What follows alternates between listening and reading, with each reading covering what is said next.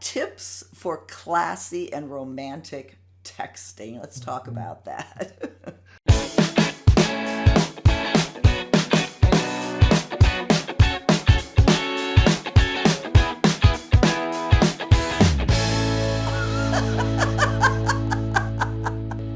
Thanks so much for tuning in again to Second Act TV. I want to welcome back Bob Grant, the relationship expert and life coach. Bob, thanks so much for joining me again.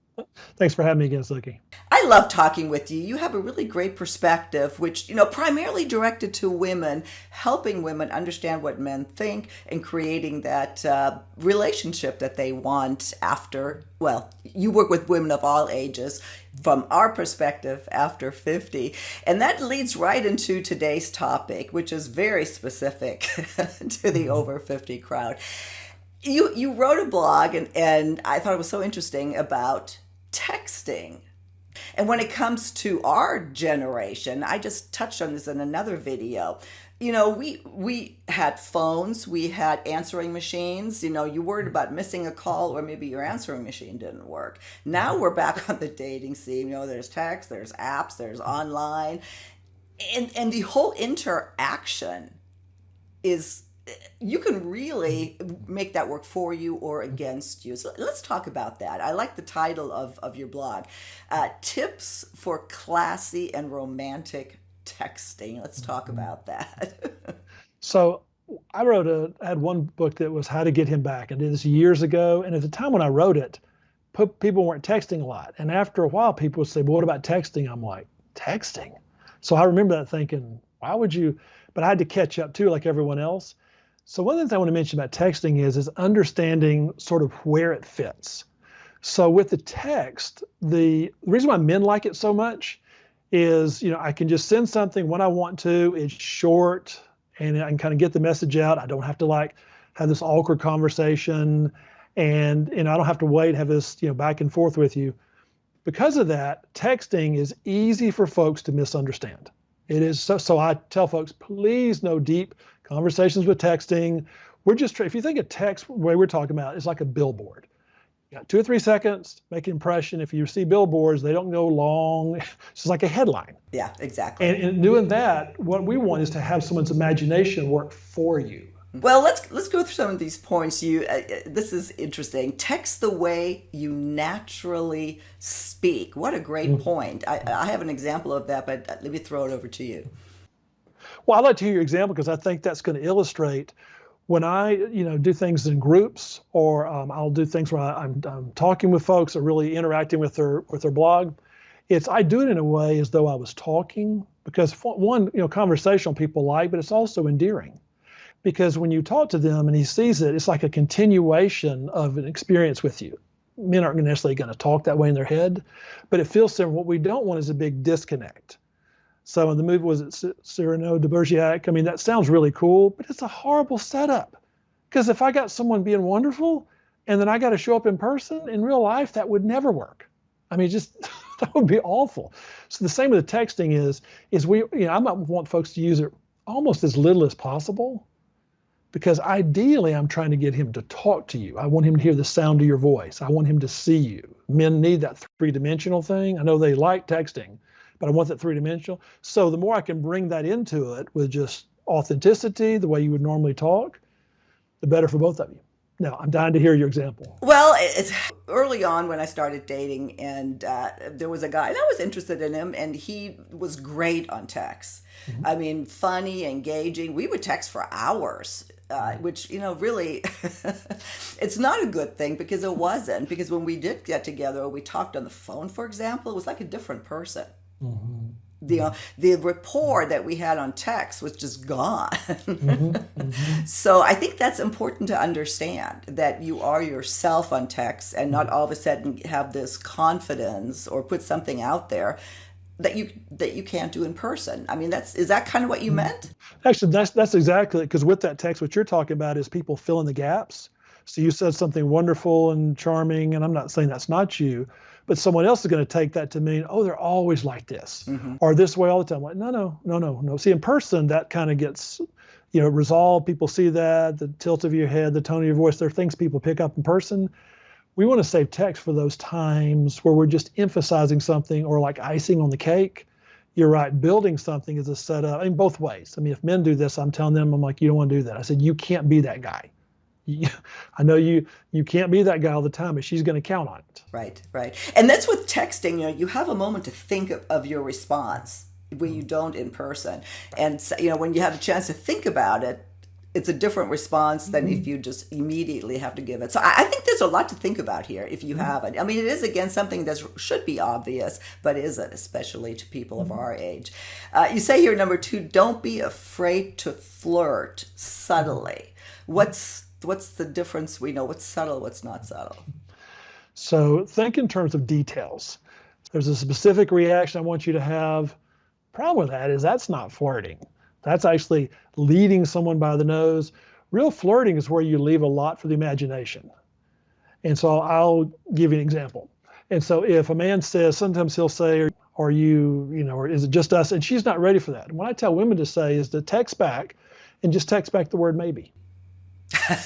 And then she said, what else? I said, nothing else. No, nothing. I said, remember, I want his imagination working for you.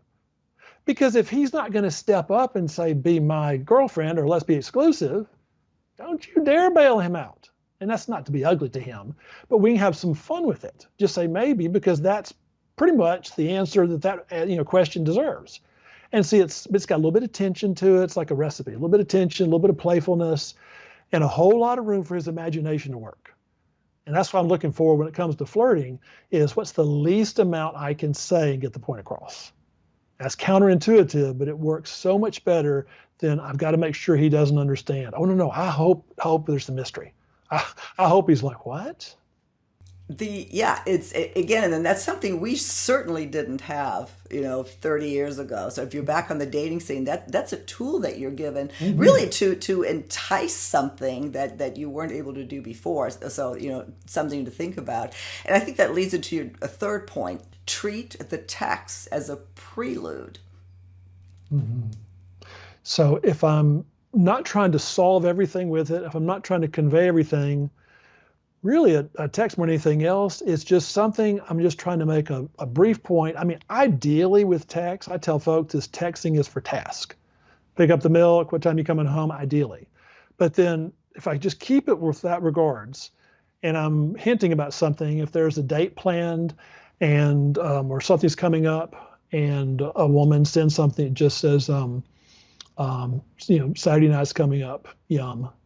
That's goofy. Yeah. It's silly, but I guess assuming that's her personality, I'd rather her do that than I am so looking forward to Saturday night. I anticipate us having a wonderful time. That's fine. But see, it's not playful. Part of the prelude is just a hint, because in person, women do this.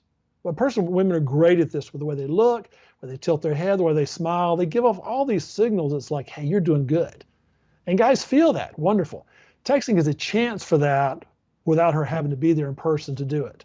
So we want to keep it really minimal. Playful is always encouraged, not goofy or bizarre necessarily, unless that's you, but just something fun like that. And I guess should add to that, like what I was describing, that we texted for hours, which was fun and this, and to build up all kinds of things in your mind what this person was like. That's actually a red flag, I think, now, that you don't want to do that. Because one, why aren't you just together if he has all this time to text?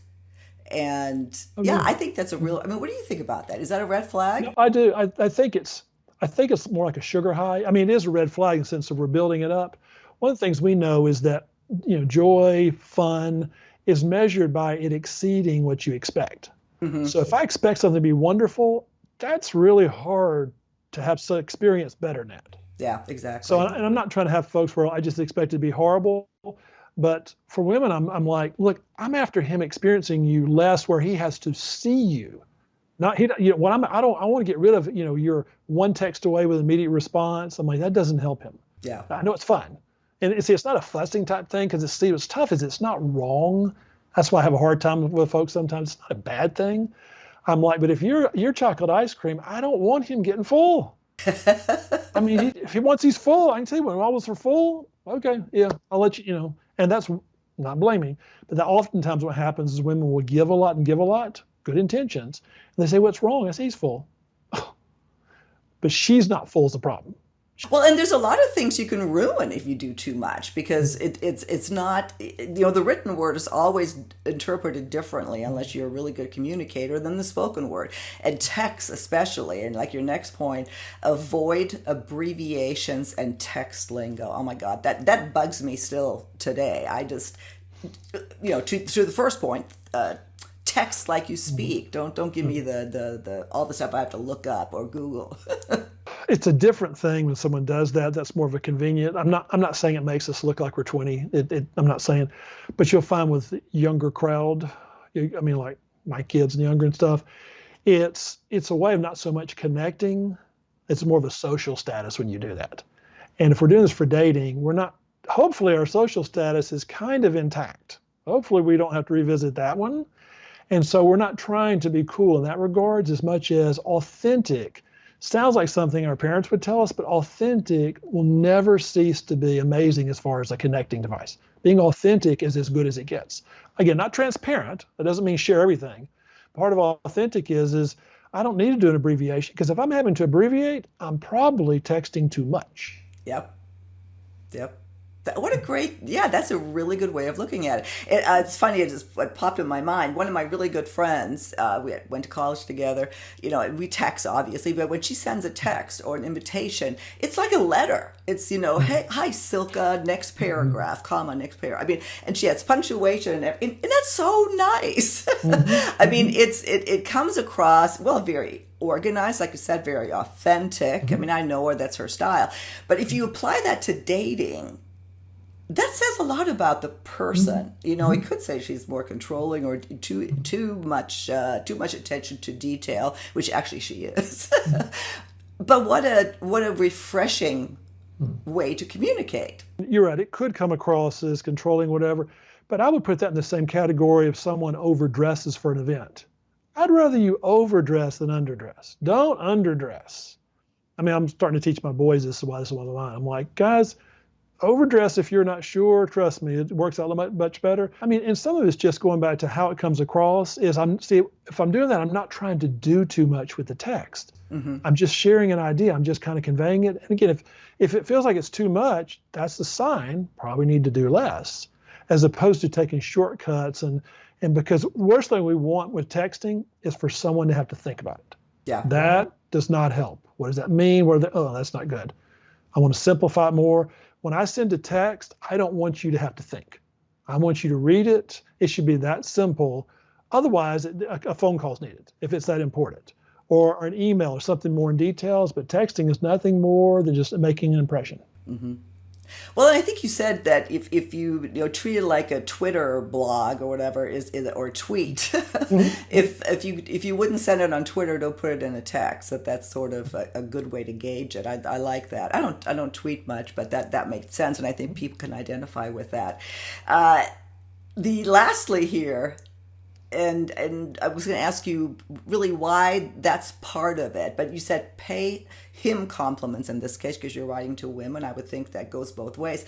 But why is texting, well, they do say it's the new, or you say it's the new love letter. I love that too. But why pay attention to that specifically during texting? Because the best part with the text is that you control when you send it. And if you're feeling something or you're remembering something, I want you to get the benefit of that, not just him. So you're thinking about how wonderful he was. He took you to your favorite place and went out of his way, or he did something for you. And the more we can reward, again, I don't mean like over the top reward, just that memory of, I'm still thinking about Saturday night. Something as simple as that. Again, what that does is that kind of hits every man's hero gene. It's like, oh, I did that right. And again, she doesn't have to elaborate on it. Just the fact that and he'll get this on a Tuesday afternoon, right after lunch. He's got 4 papers to finish for his boss and gets that text. It's like, oh. And I mean, women like this. Men like it too, just in a different way, as opposed to her telling him how wonderful he is and fantastic. If she'll remind him of something he did, some gesture, some action, something he said, men learn, oh, that works with her. And that's how men, I'm generalizing, think. This works with her. This doesn't work with her. And every woman has a little different signature. Now, there's generalizations, but just a little different, and men know this. And it just takes us a while to figure out your specific signature. And we like it if you'll help us. Mm-hmm. You know, it's popped in my head too, and then we're coming to the end, so I'll let you close. But one of the best compliments, I think, yeah, certainly when I've received it, and I know when I've given it, how it's been accepted, is something as simple as, I just really like being with you. I like spending my time with you. Not, I love you, or you're beautiful, you're this or you're that, but you're just fun to be with. I'll throw it over to you and we'll close out this segment. What else would you say? Well, see, I like the way you said that, because even listening to you, that's what I mean by authentic. It's not trying to force a solution. It's not trying to rush this process. It's not trying to, it just sounds like that's how I feel. And see, it only works when it comes from the heart. And it doesn't mean like from the depths of your soul per se. It's just really simple. Just, I like being with you. It's really, whether you say it differently too, it's really calm being around you. So it doesn't sound really romantic, but if a man says something like that, a woman will, especially the way he says it, she'll pick up on that, and men will too, because it's more of how it's said. That's where authentic is so important. It's authentic. Even if you get the words wrong, the authenticity is what the person will feel. And the more of those authentic touch points, the more we start to build intimacy and feeling connected. Yeah, exactly. Well, like I said, this came up, the topic of texting, and one of the dating challenges after 50. And it is something you really need to think about, because it can certainly work for you. It can certainly work against you. So thank you very much for bringing this to our attention in detail like this. We will, of course, link to your website, relationshipheadquarters.com. Might be a great resource for you if you are just starting out or need some extra help with the dating process. So thank you for joining us again, and I look forward to seeing you again soon on Second Act TV.